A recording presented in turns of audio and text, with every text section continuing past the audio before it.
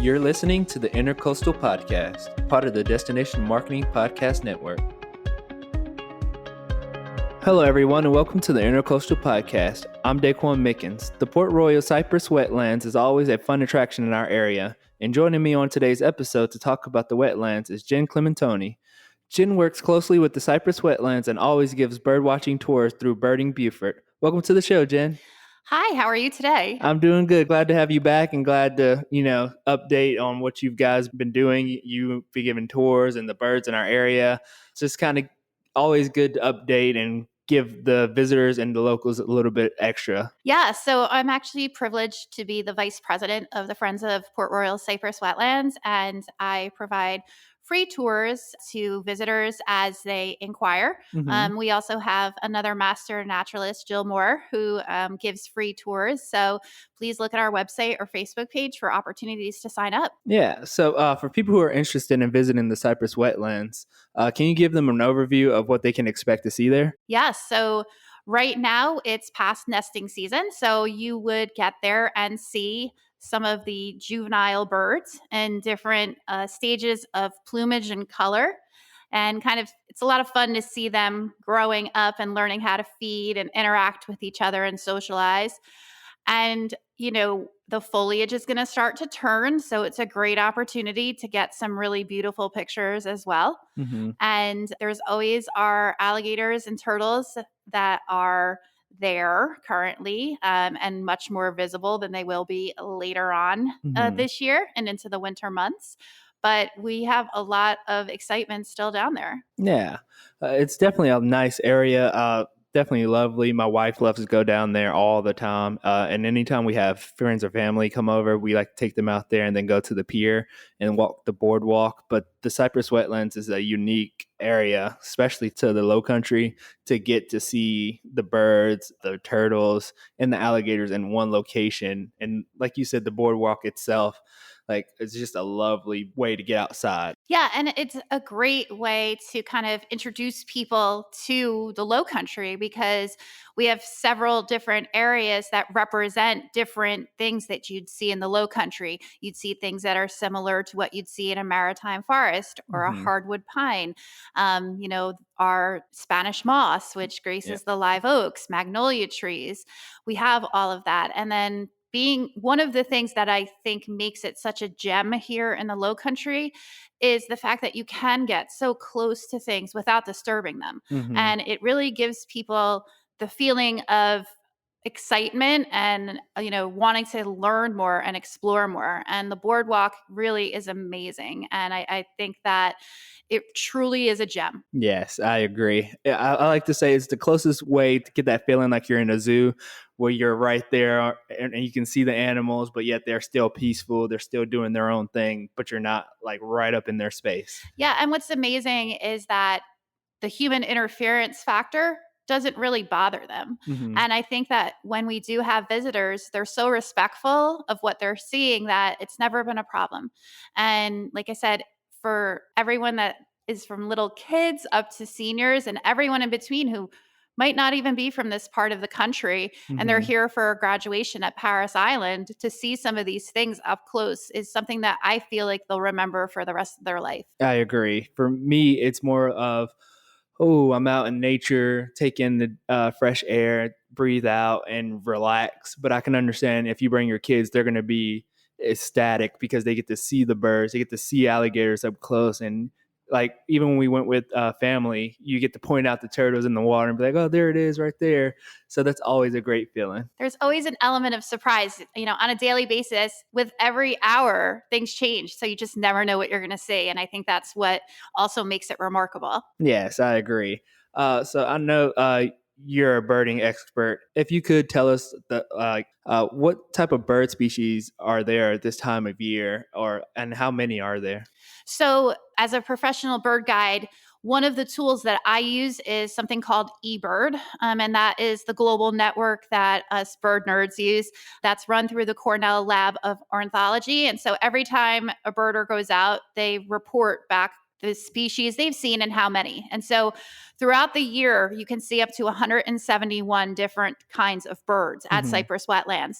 Right now, if you went over to visit and going into the winter months, it's probably going to be between the 70 to 80 different kinds of species. So you're going to always see wading birds there because it's a rookery. That's what we're known for. Hmm. And as we start to move into migration, we're going to start to get some more woodpeckers. Yellow-bellied sapsuckers are a great example of birds that winter here.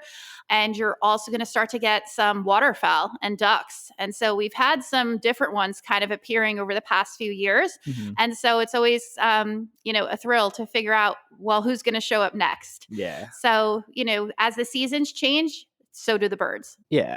Just a quick question. Have you ever had like a bird in like this area that you're like, they're normally not here. Why is this bird in this area? Or maybe this bird's lost. I know we've talked about it in the past, birds typically do not get lost or off track. They know exactly where they're going. Yeah, well, take the past week as an example. We've had a lot of strong offshore winds, and so as birds are migrating, Hmm. that can push them a little bit more inland or off course, right? So Hmm. a few months ago, we had some black-bellied whistling ducks, and they're seen around the low country, but not typically closer to the coast. So that was Hmm. a fun surprise. And then I also saw a glossy ibis. So we have lots and lots of white ibis, and they breed at Cypress Wetlands. Glossies, though, don't particularly go there because we don't have the right food source for them. Hmm. But one showed up and I took some great pictures. So you don't know. Sometimes they do get blown off course or they see water or other birds and they will stop to land and then they quickly figure out I'm probably not supposed to be here. So Yeah, that is very interesting. And I know you mentioned the alligators and the turtles. Can you tell us what happens during this time of year for them? yeah, so bears, for example, would go into what's called a hibernation. Hmm. And our turtles and alligators will go into what's called a brumation. And so they are going to kind of really be more under the surface of the water and stay in the mud. On sunny days, you'll probably see some come out and bank in the sun and kind of bask to raise that body temperature a little bit. Hmm. But as we move into the winter months, it's not going to be as common to see alligators and turtles around. You'll see them, but not in the larger numbers that you would in the spring or summer, for example. Okay. And instead of hibernation underwater, are they sleeping? How are they getting their food?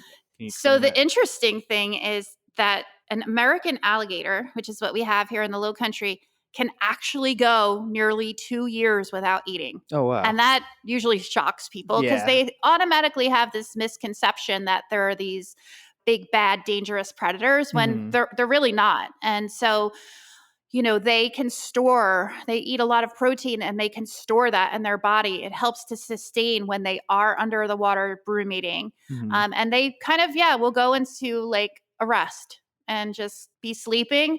But they also will come up to the surface every once in a while, but they're not as active. Okay. And in the brumation, do they get like almost like hibernation? Do they feast a lot more before going into the fall and winter Yeah, season? I mean, it really depends. So, you know, our birds, wading birds in general, they will purposefully nest in alligator infested waters because alligators actually act as protection from predators. Hmm.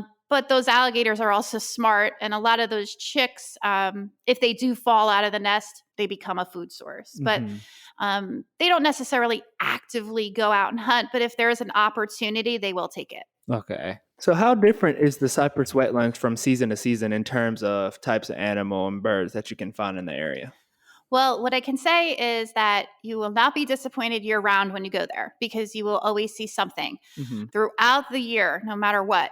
Every evening, about an hour and a half to an hour before sundown and an hour into sunrise, you will see these birds coming in and leaving the roosting of the rookery. So that is always a phenomenal sight. And for us here in the low country, I always describe it as it's like seeing snow in our trees Yeah. because it's just the white of the birds just covers everything. It's pretty amazing.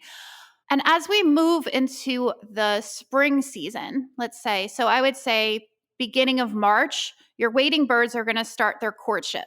And that is when you'll see that long, lacy plumage. You'll see their eyes change colors, even some birds, their legs change colors, their beaks. And Wow. you'll get to see that mating courtship and eventually the nest building and eventually the hatching of the chicks. So really between March and July is the hot time. But throughout the year, you're going to see the adult birds that are saying, oh, it's time for me to have a break now from the kids, kind of. And they're, hanging around. We get different birds that are going to come in. Like I mentioned, having the waterfowl and the ducks coming to arrive and some of these new woodpecker species that winter here. So that's what you'll see in the fall and the winter. But you're always going to see wading birds at the Cypress Wetlands, no matter what. Yeah, I would agree. When I went out there, and like you said, you just be amazed by how much white you see in the trees, just because you see like the Spanish moss coming off of the trees, and it's so like much, and the trees are right on the water.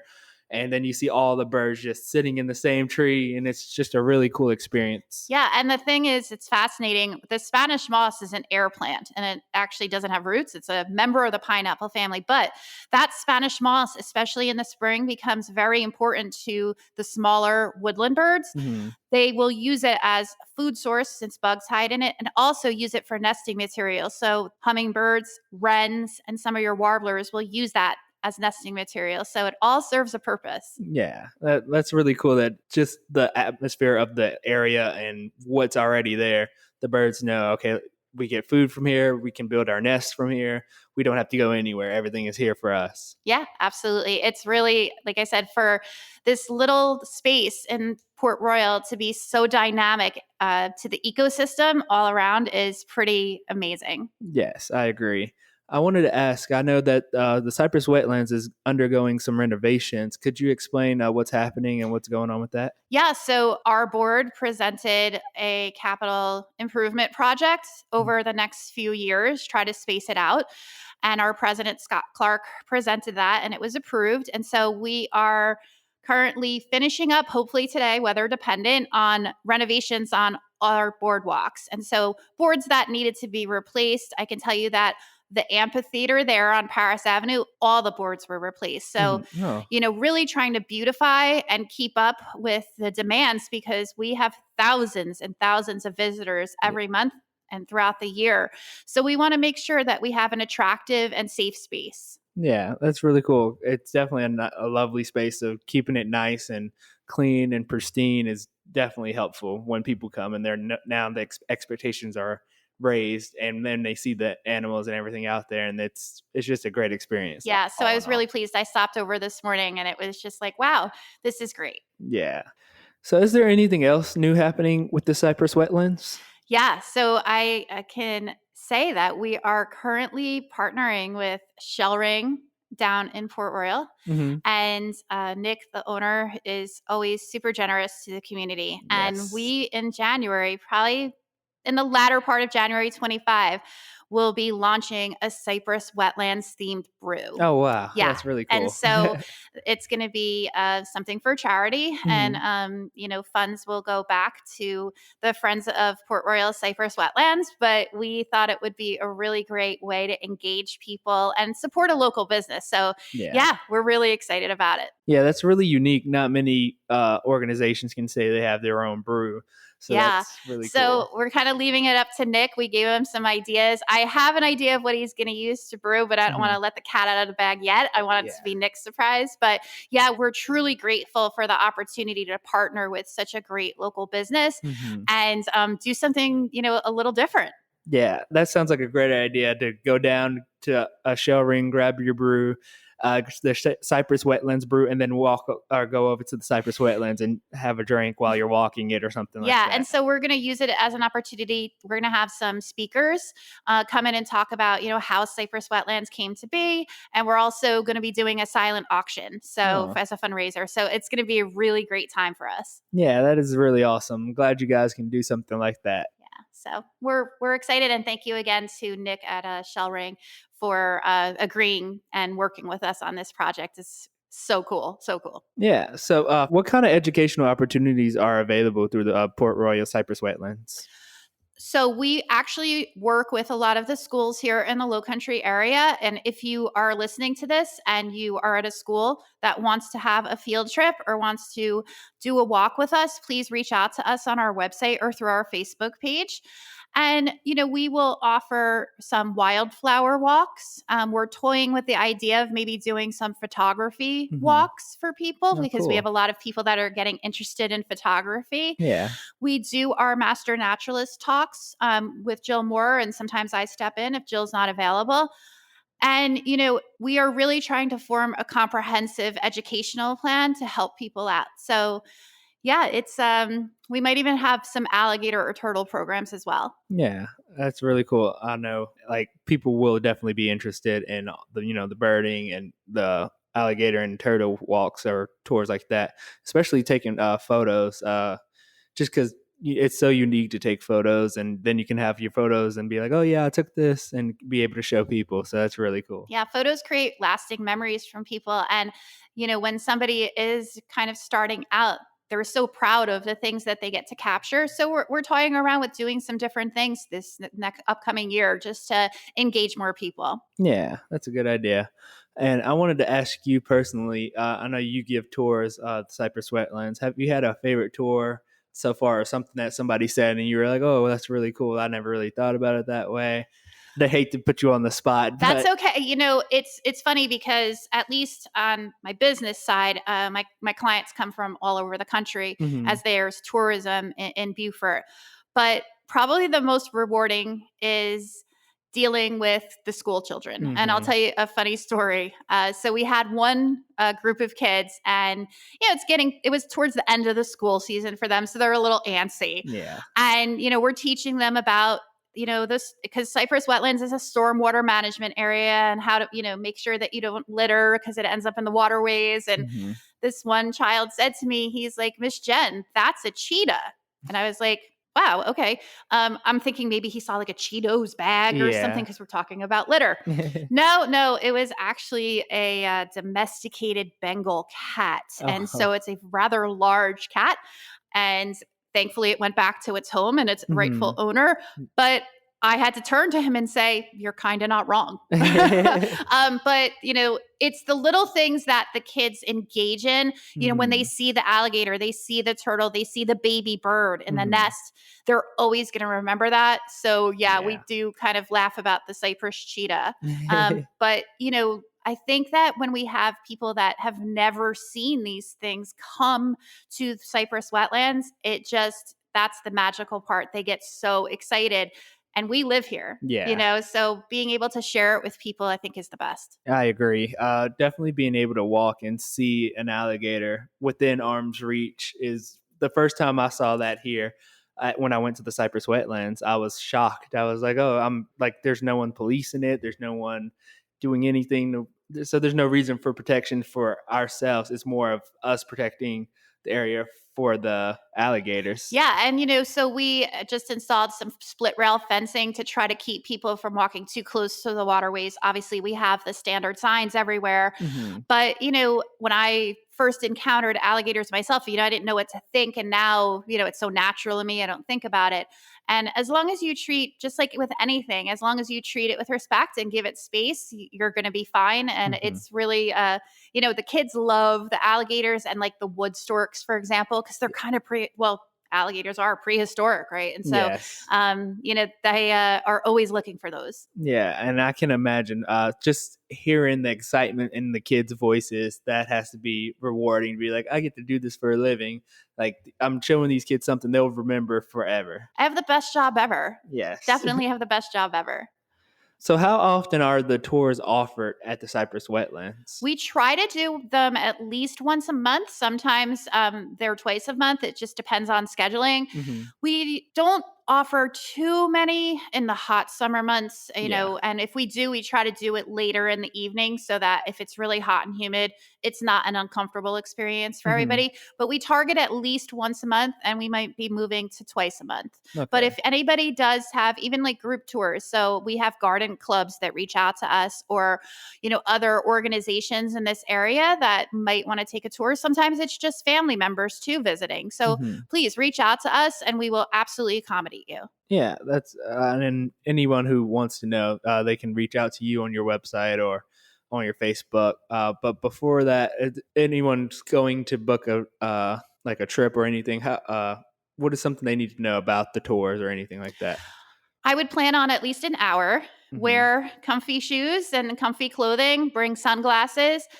Bring binoculars with you, obviously, and just come out and enjoy. But it's usually a pretty casual, walk. It's not a very long walk, and we do have the bird blind with handicap parking spaces over there by the YMCA side, so that folks that have accessibility issues they can enjoy as well. Yeah, and it's just a nice, comfortable walk around a circle. It's anytime I go and just walk, it's really just relaxing and just good to look at, and good to get outside. I Yeah, think and that's always we good. always tell people the benefits health wise of being outside, helps with blood pressure and your heart and, just puts you in a better mood, Yes, it raises your definitely does. endorphins. I agree. It definitely does. Every time I go out there, I just feel like a calmness. I know we talked about like the stress of Mondays and stuff like that. Like it'd be a great day, like to start your day out there, or even in your day out at the Cypress Wetlands. So Yeah, it's always definitely. And if cleansing. if you have the chance to go see the sunset and do that walk there,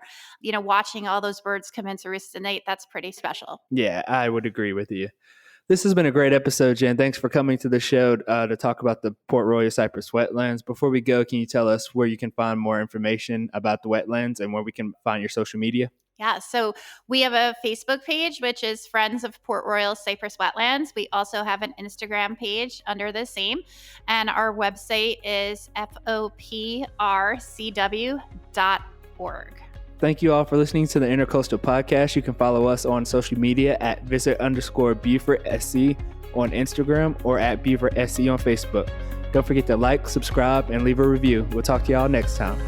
This has been another episode of the Intercoastal Podcast, hosted by Daquan Mickens and the team at Visit Beaufort Port Royal in the Sea Islands, produced by Relic.